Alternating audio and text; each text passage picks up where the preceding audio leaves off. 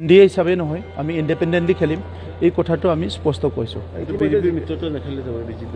চাওক, এতিয়াতো আমি গোটেই চিট আমি খেলাৰ পিছত বিজেপি BPF এলায়েন্স হৈ খেলাৰ পিছত আপোনালোকেতো নিজে নাজানে জানো?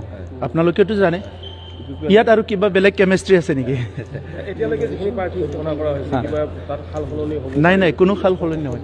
আমাৰ আৰু প্ৰাৰ্থী আছে 7-8জন।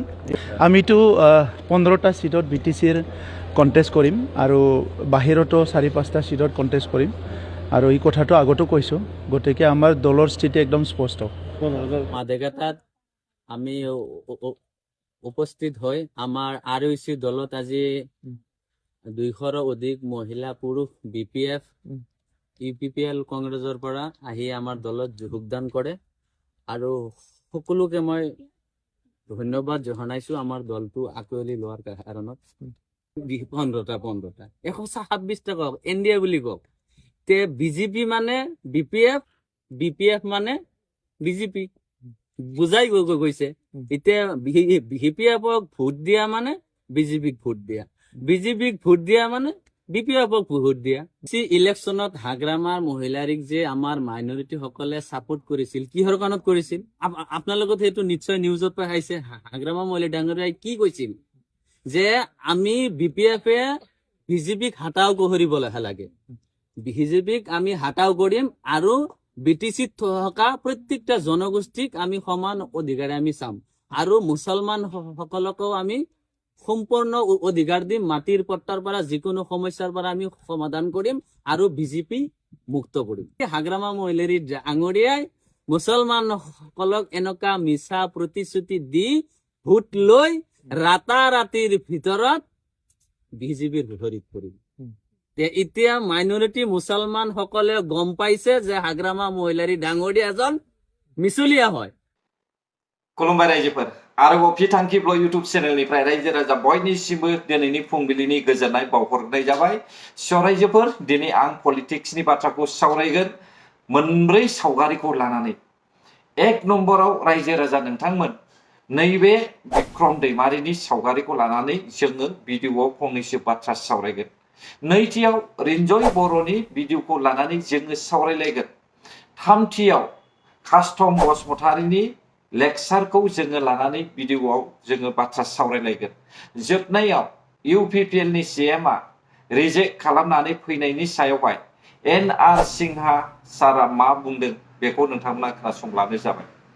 बे समाव रायजोफोर, आं गिबिसिनथारावनो दानि UPPL पार्टिनि MLA बिजाथि फसंजानाय साफ्रोमबो केन्डिडेटफोरनिसिम कंग्रेचुलेसन जासिहरग्रोनाय जाबाय आंनि बिथांखि ब्लग इउटुब चेनेलनिफ्राय। साफ्रोमनिसिमबो कंग्रेचुलेसन। आसा खालामो साफ्रोमबो मोजाङैनो देरहागोन होननानै।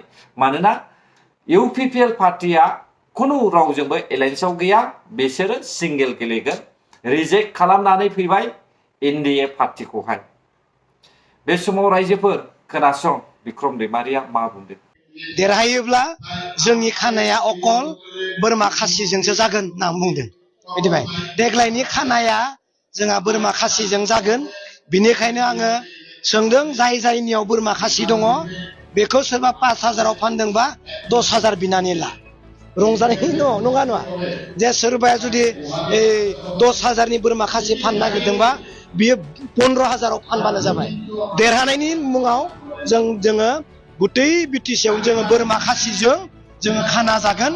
कारन बे बोरमा खासिजों जानानै जोङो रायजोनो दिन्थिगोन जे जों बिराद स्पेशल। बोरमा खासिजों खाना जानाय माने स्पेशल नङा दा, नङा होमबा? बेखौनो जा जों देरहासार जागोन। कुनु केन्डिडेटआ बेवहाय देरहानाय नङा, BPF-नि केन्डिडेटआनो देरहागोन।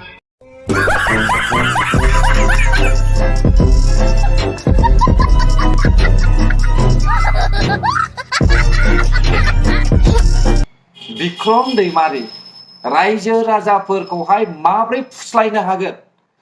जेरैबो राहा गैयै जाबाय। दिनैनि समावहाय बोरमा खासि जाहोनायनि बाथ्रा ओंखारबाय। रायजो राजा नोंथांमोना गनायो नामा बिक्रम दैमारिनि बेफोरबायदि रावावहाय? जुदि गनाया अब्ला कमेन्ट बक्सआवहाय फोरमायहरब्लानो जाबाय। एनि टाइम आंनि चेनेला कमेन्ट बक्सआ अपेन। गाज्रि होब्लाबो मोजां होब्लाबो अपेन। सोरबाया खोनासंजाथावै नायजाथावै कमेन्ट होयोब्ला बियो ब्लक बेनो आंनि थांखि रायजोफोर अब्ला रायजोफोर बोरमा खासि जानोसो बिपिएफ पार्टिया सरखार दादों रायजो राजाफोरखौहाय डेभेलप खालामनो थाखाय सरखार दायाखै बे माब्रै मेन्दाफोरनि थाखायनो बिपिएफ पार्टिया धंस जानो थांगासिनो दङ नायलांबाय था रायजो राजा नोंथांमोना बे समावहाय बिपिएफ पार्टिया थांनाय समाव इउपिपिएल पार्टिखौ जेरैबायदि खालामदोंमोन बे समावहाय बिपिएफ पार्टिखौ बेबायदि खालामफिननो थांगासिनो दङ रायजोफोर अब्ला दानिया बे समाव खोनासं रिन्जय बर'आ मा बुंदों प्रमान मोनोब्ला जोङो बिनि सायाव नायबिजिरगोन सोरबा जुदि बेबायदि खालामनायनि डाटा दङब्ला जों बिनि सायाव नायबिजिरगोन आरो सोरबाफोर बेबायदि लादोंब्ला बेखौ चिफ सारा गासिबो माने फरायनानै हरफिनजोबनायनि खोथा बुंखादों माने जोङो बेबायदि खालामनो होनाय जानाय नङा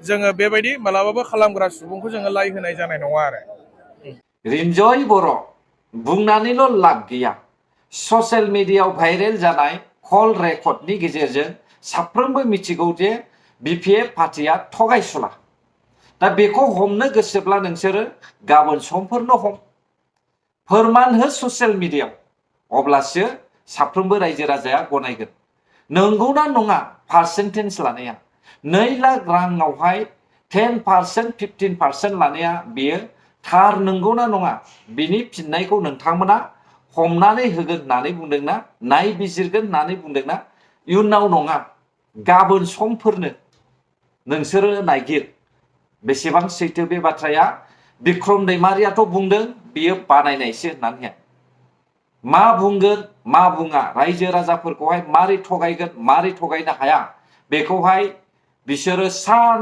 हर सिन्था खालामबाय थायो बिपिएफ पार्टिनि बै साब्रै मेन्दाफोर मिथिबायना रायजो राजा नोंथांमोन इलेक्शन खाथिसै इलेक्शन जानायनि सिगां दान 3-4 सिगां बिसोरो स्रि उन्दुनानै दङमोन नाथाय बे समाव इलेक्शना फैसिगोन केम्पिं खालामनायनि सम जाबाय बे समावहाय लामायाव रोनावलाबायनाय सैमा फाग्लाफोर बायदि रायजो राजाफोरखौहाय होख्राव हसि थगायनोसै रायजोफोर बिसोरो मिथिबाय बिपिएफनि बयनिफ्रायबो मा होनना बुङो थगायसुलासिन बिसोर साब्रैयानो दा बिसोर साब्रैनि थाखायनो बिपिएफआबो धंस जानो थांगासिनो दङ नायलांबाय था नोंथांमोनहा अब्ला रायजो राजा नोंथांमोन दानिया फैदो जोङो सावरायनोसै इउपिपिएल पार्टिनि प्रमद बर' सारनि सायावहाय प्रमद बर' सारा साननैसो सिगां प्रमद बर' सारखौहाय दिल्लीयाव लिंहरदोंमोन नैबे विधानसभा इलेक्शननि सावरायलायनो थाखाय दिल्लीयाव लिंहरदों भारतनि हम मिनिस्टार अमित शाह सारा माखासे अफार होनानै होदों ना मन्त्रिनि अफार मिरु बिफाननि मन्त्रि जानो थाखाय इउपिपिएलनि सीएम खौहाय अफार होनानै होदोंमोन दा इउपिपिएलनि सीएमआ मा खालामखो बेखौ मन्त्रि बिबानखौ एंगारनानै बिथाङा रायजो राजाखौ सिबिनो थाखाय दिल्लीनिफ्राय फैफिननाय जोङो नुनो मोनदों टटेलि नेवसिबोबाय मिरु बिफाननि मन्त्रिखौहाय दिनै बिथाङा एनडिए खौहाय एंगारबाय बे समाव इउपिपिएलआ सिंगेल सरकार दानिया बाथ्राया जाहैबाय रायजो राजा नोंथांमोन थांनाय काउन्सिल इलेक्शनाव बर' हारिनि रायजो राजाफ्रा एनडिएजों थानायनि थाखाय इउपिपिएल खौहाय नेवसिगारदोंमोन बिजेपिजों थानायनि थाखाय इउपिपिएल खौ नेवसिगारदोंमोन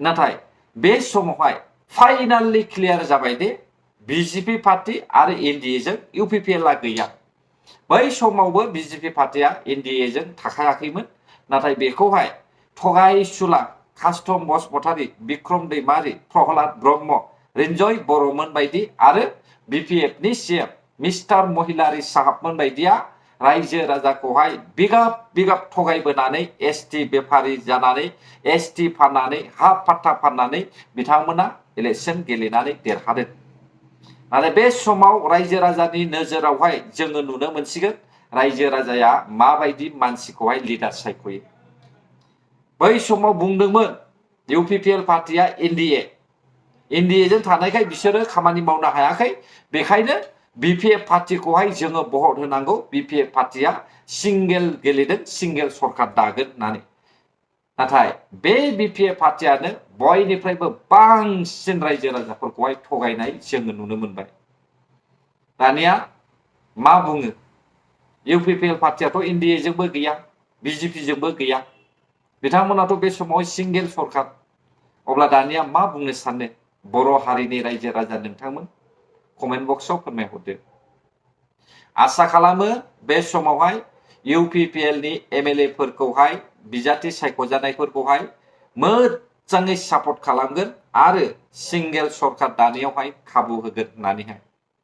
रायजोफोर इउपिपिएल नि सीएमआ रिजेक्ट खालामबोनानै बिबाना हारिनिफ्राय देरसिन नङा होननानैहाय बिथाङा नेवसिबोनानै दिनै रायजो राजाफोरजों बिश्वजित दैमारि सारजोंहाय कन्टेस्टआवहाय गेलेनो थाखाय आगान सुरबोफिनबाय। दानिया फैदो बिश्वजित दैमारि सारनि सायावबो आं फंनैसो बुंनोसै। बिश्वजित दैमारि सारा बिनि बेकग्राउन्डखौ नोंथांमोना नायोब्ला बिथाङा बिपिएफ निफ्राय बिजेपिआव थांनाय। दा बिथाङा बर' हारिनि थाखाय बांद्राय साननाय बेनाव गैया।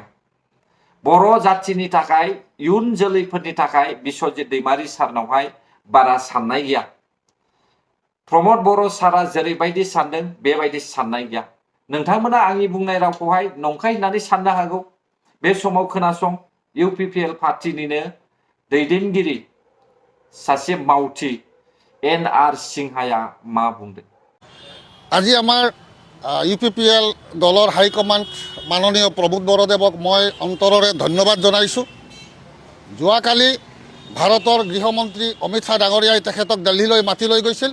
তেখেতক প্ৰস্তাৱ দিছিলে যে তেওঁ মন্ত্ৰী পদ গ্ৰহণ কৰক, কেন্দ্ৰীয় চৰকাৰৰ মন্ত্ৰী পদ গ্ৰহণ কৰক আৰু তেওঁ তামোলপুৰৰ সিটটো তেওঁ প্ৰতিদ্বন্দ্বিতা কৰিব নালাগে তেওঁলোকৰ বিজেপিৰ স্বাৰ্থত। কিন্তু আমাৰ মাননীয় প্ৰবোধ বৰদেৱে এই প্ৰস্তাৱটো ঠুকৰাই ক'লে কি আপুনি আমাৰ বিটিআৰৰ 125 এমেণ্ডমেণ্টটো অতি সোনকালে দিয়ক, মোৰ মন্ত্ৰিত্ব পদ নালাগে, অতি সোনকালে দিয়ক আৰু অসমত যে মুছলমানৰ প্ৰতি যিটো অন্যায় অবিচাৰ চলি আছে এইটো বন্ধ কৰক।